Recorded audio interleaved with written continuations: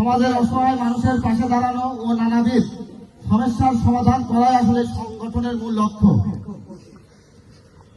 এই সদস্য পদ গ্রহণের জন্য কিছু যোগ্যতারও প্রয়োজন আছে।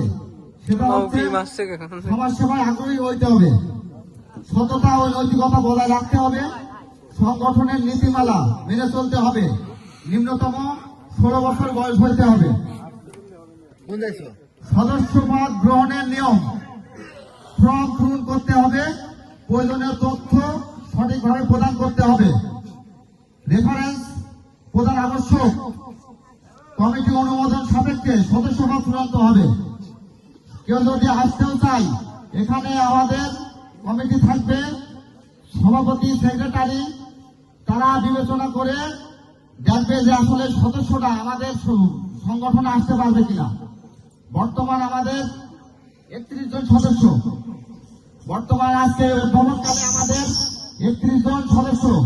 আমরা আশা করি ভবিষ্যতে আমাদের সদস্যপদ আরো বৃদ্ধি পাবে।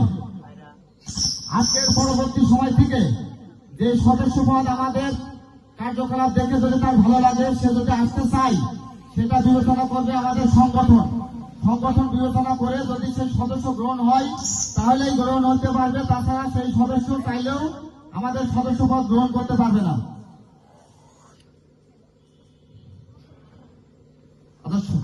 সদস্যদের দায়িত্ব কর্তব্য: সংগঠনের কার্যক্রমে সক্রিয় অংশগ্রহণ করতে হবে, অসহায় মানুষের পাশে থাকতে হবে, স্বচ্ছতা বজায় রাখতে হবে, সংগঠনের সম্মান রক্ষা করতে হবে।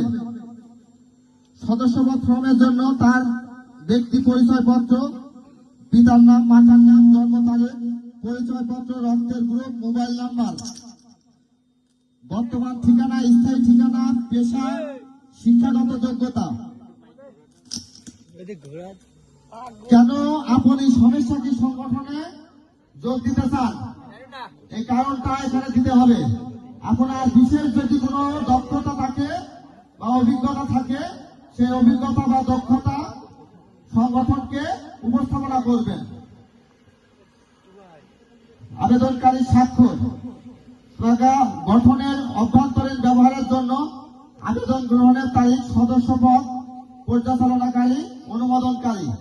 কারণ একটা ব্যক্তি যদি সদস্য নিতেও আসে, আমাদের সংগঠনের সদস্য বা সভাপতি, সেক্রেটারি, তারা পর্যালোচনা করে দেখবে সেই সদস্যটা আমাদের সংগঠনের জন্য উপযুক্ত কিনা।